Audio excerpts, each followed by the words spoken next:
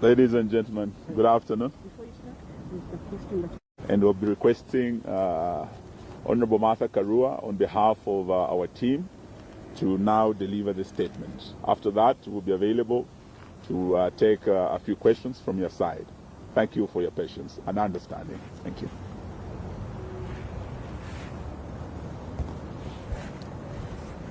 This is a joint statement by the People's Loyal Coalition. There's a problem. Oh, you can't see me. Can we get some staircase? You know, they normally would have something. I'm vertically challenged. Mother is vertically challenged.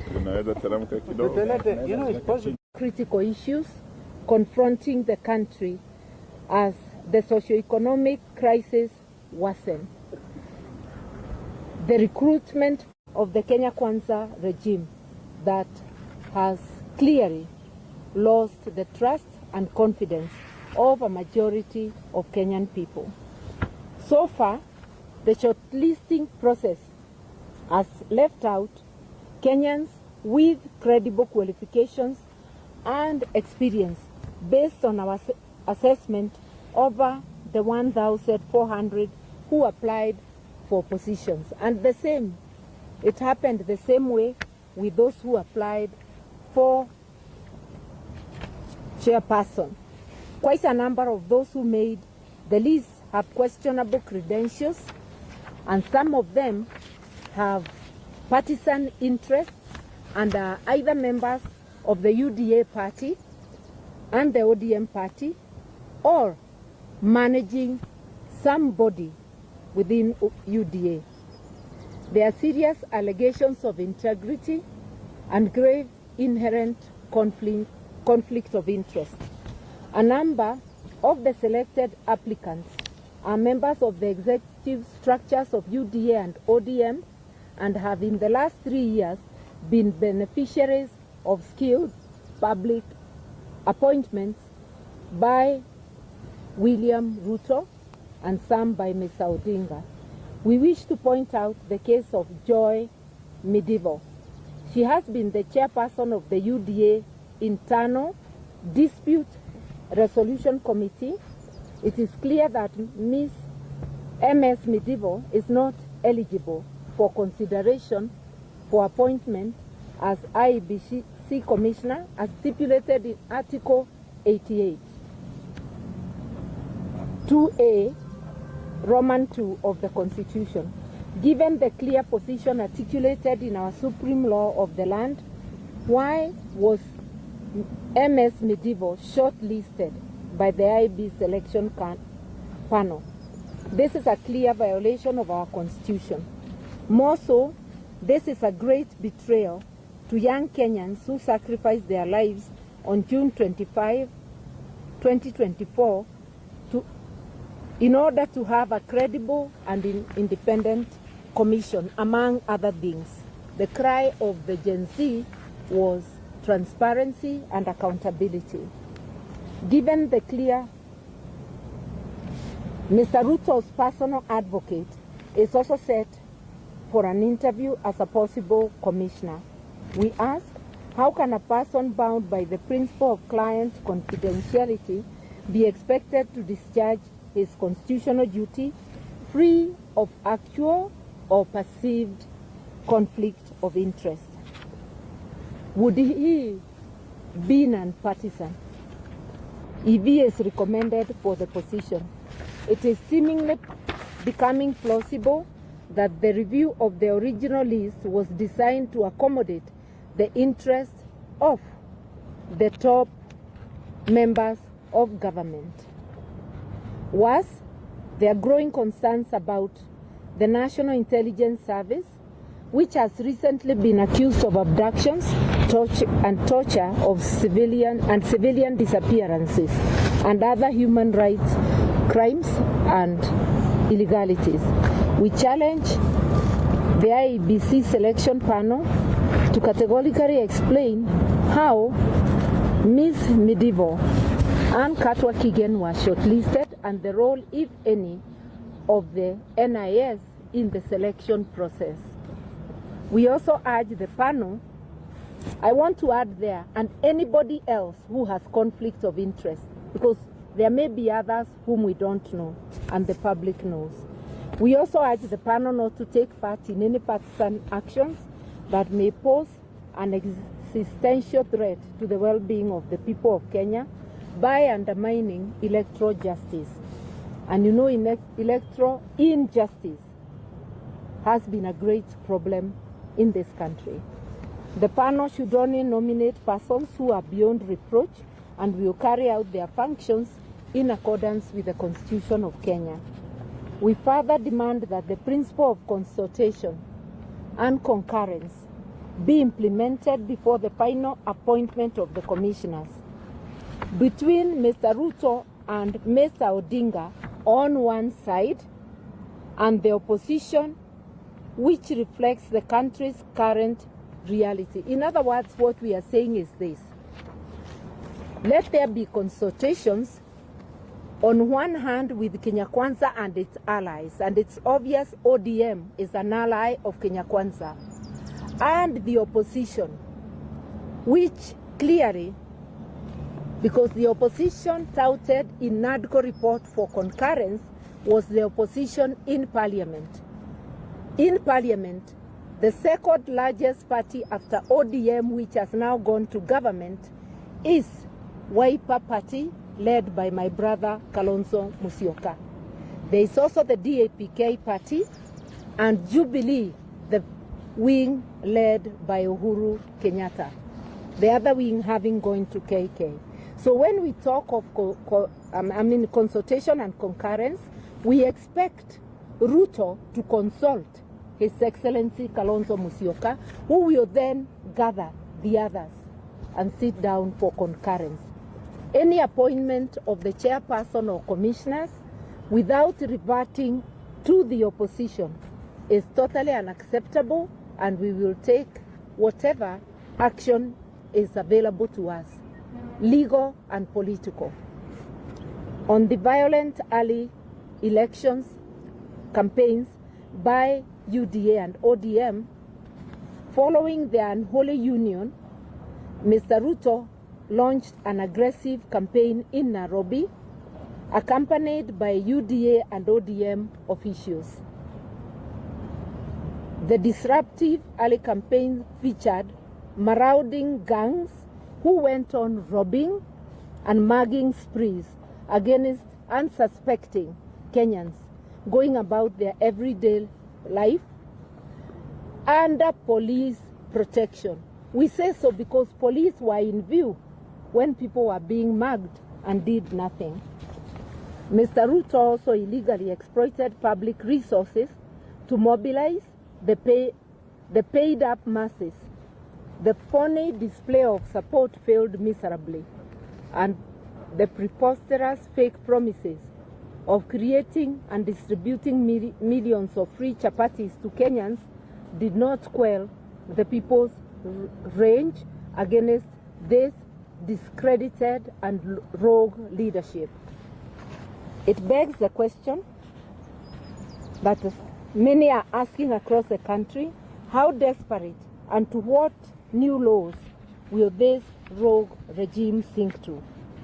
As the Ruto regime prepares to invade Mount Kenya, they are already there. We've been hearing them on the radio. A region with their misguided, Mount Kenya region with their misguided brand of politics, ya tutatenga tutaleta, and I heard him repeating the same words. We demand that common decency, basic courtesy and civility and decorum, terms that appear unfamiliar to Ruto and his ilk, that they should replace their vile and violent brand of politics which they recently introduced in Nairobi. We are cautioning him. Do not take thugs to the people of Mount Kenya and to any people in this great country of ours. Go to the people if you believe they have given you mandate and your mandate is still current, go to them without having to mobilize thugs, without having to bus people to go and clap for you in a place they don't belong to. Finally, we call on citizens of Mount Kenya region to remain peaceful and patient and not to be goaded by the bad, insightful and hateful behavior of this discredited regime. We also have an issue with the Nairobi County government, which has recently declared Nairobi River Corridor with its demographic implications. We express our strong reservations on the declaration by the Nairobi City County on March 6, 2025, that proclaimed the Nairobi River Corridor as a special planning area, SPA. This will affect private properties to which people have titles. It will affect properties from Naivasha Road to Ruai, including along the tributaries of Nairobi River. We remind the Nairobi City County government that conversion of private property into public land is a function of the National Land Commission, NLC. It is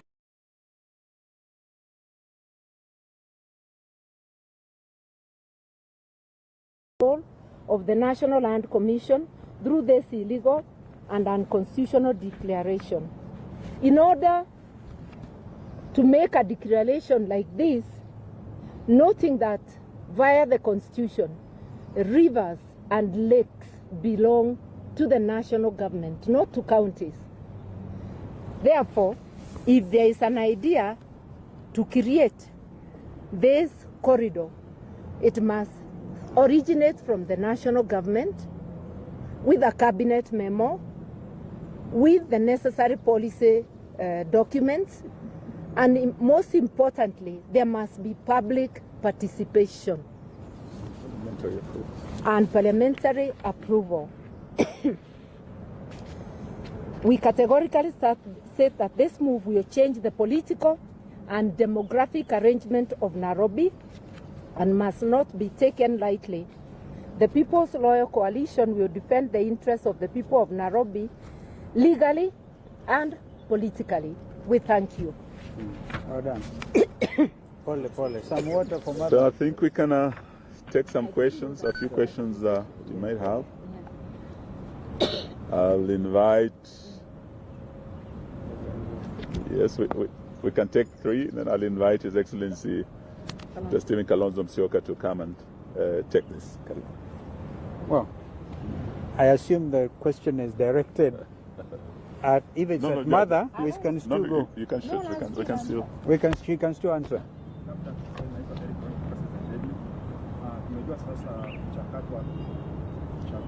Sauti kidogo. Sauti kidogo bana. Ona mwezi sitisha labda kupitia oda ya koti na ngoja mpaka siku labda chama itakuwa inafunguliwa. Huoni kama labda hiyo itakuwa na kupoteza muda? Yet you have a time now to make this one stop the process. I think the second one. Yes.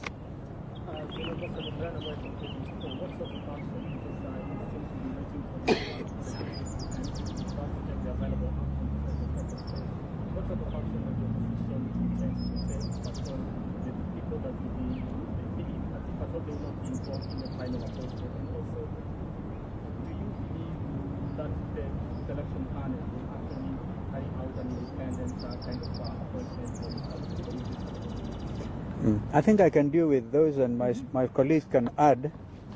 Kwanza kabisa, swala hili lina umuhimu mkubwa sana, na sisi hatutakaa kitako tu na kungojea uamuzi wa pande moja kutoa list ya wale ambao watakuwa wameteuliwa kama wenyekiti ama mwenyekiti na pia wanachama wa tume ya IEBC.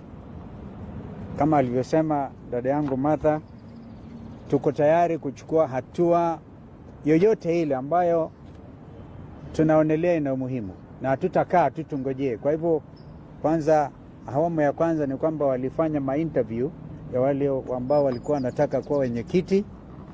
Sasa wanaendelea na kuwa interview wale ambao ni commissioner, members wa tume yenyewe. Tunaangalia kabisa kwa kindani, hatulali. Na mimi mnakumbuka kwamba siku chache tu zilizopita niliandika barua nikamwandikia Mheshimiwa Raila na pia nikampa kopi Mheshimiwa William Ruto. Swala hili ni la sisi zote, aliwezi kuwa swala la upande moja, kwa sababu ukiwa ni upande moja basi Wakenya na dunia nzima itaelewa kwamba hii ni William Ruto Commission, na hiyo hatuwezi kuruhusu. So I hope I've answered your question. We will not just sit by, we are watching. We are watching, and it is good that, kwa mfano, tunatarajia kwamba the panel yenyewe inaweza ikasaidia Wakenya kusema fulani aliscore 80%, 70%, mambo kama haya. Uwazi ni lazima liwe swala la uwazi, ili Wakenya wajue kwamba wakijiandaa kwenda uchaguzi na ukuja, whenever that will be, watakuwa na imani kwamba hawa sio watu wa kununuliwa. Kumbukeni yaliyofanyika 2022 when my sister was a running mate ya Raila. Bado Wakenya wengi wana machungu yaliyoonekana wakati huo, ni lazima yakomeshwe. Kipindi hiki, safari hii, we are not leaving anything to chance. Yeah. We can take two more. We are happy. Tawashukuruni, kama ni hayo tu. I think it's okay.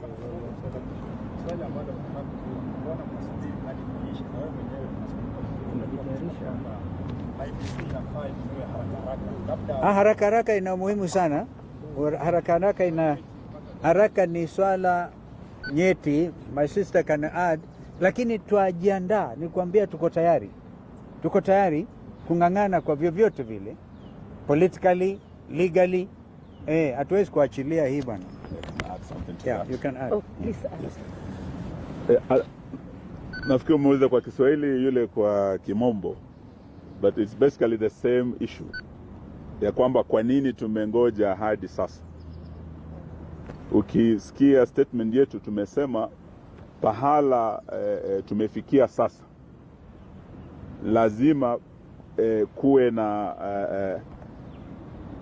pande mbili ambazo sasa zitaamua ni kina nani ambao sasa watakuwa wale chairman ama commissioners. Ile report ya NADCO ilikuwa clear ya kwamba mazungumzo hayo mpaka yawe kati ya upinzani na serikali. Kwa sasa Mheshimiwa Raila na chama chake cha ODM wameingia kwenye serikali, na yeye na Bwana Ruto wako kwa serikali ya broad based. Sisi ambao tumesalia kwa upinzani tumesimama na wananchi na Gen Z, na tumesema hatutaingia serikali ya Zakayo, hatuko kwenye broad based. Kwa hivyo haiwezekani pahala tumefikia Bwana Raila na Bwana Ruto wakutane kwenye ikulu wakiwa watu wa broad based wasemezane peke yao. Hiyo itakuwa kinyume na yale maafikiano yalikuwa kule Bomas ya NADCO. Na hayo hayakuwa tu mazungumzo, yaliweka kwenye sheria, yalipelekwa bungeni.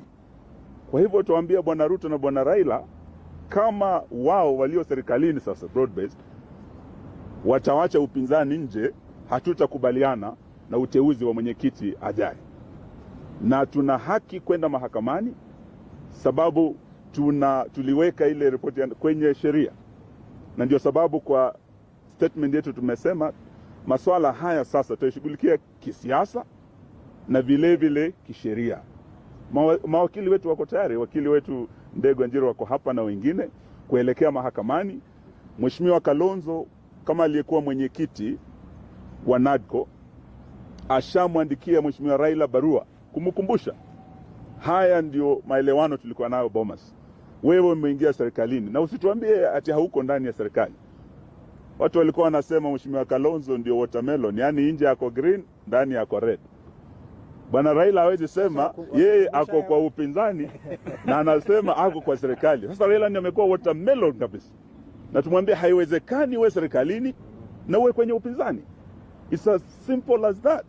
And if there will be a violation of the principle of consultation and concurrence, which was established in a legal process called NATCO, then we'll be ready to handle the matter both politically and legally.